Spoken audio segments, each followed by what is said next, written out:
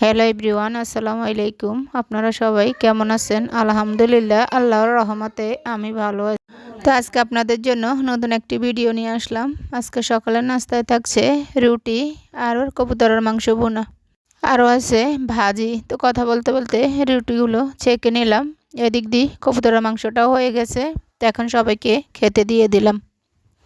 তো চলে যাচ্ছি রান্নায়। আজকে রান্নায় থাকছে মাছ ভাজি, ডিম ভাজি, লাউ দিয়ে মাছ দিয়ে রান্না করব, শিম দিয়ে মাছ দিয়ে ভর্তা বানাবো। তো প্রথমে মাছ ভাজিটা বসিয়ে দেব। পেঁয়াজ কাঁচামরিচ তেলে দিয়ে দিলাম।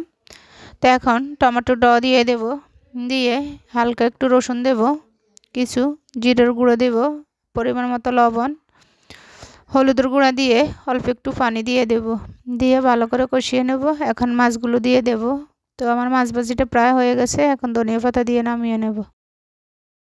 তো লাউটা বসিয়ে দিয়েছি, লাউটা প্রায় হয়ে আসছে। এখন বাগারটা রেডি করে নিচ্ছি। তো বাগারটা দিয়ে দিয়েছি, এখন লাউটা নামিয়ে নিয়েছি। তো ভর্তাটা বেটে নিচ্ছি। তো সবাই ভালো থাকবেন, সুস্থ থাকবেন, নতুন ভিডিওর জন্য অপেক্ষা করবেন। আল্লাহ হাফেজ।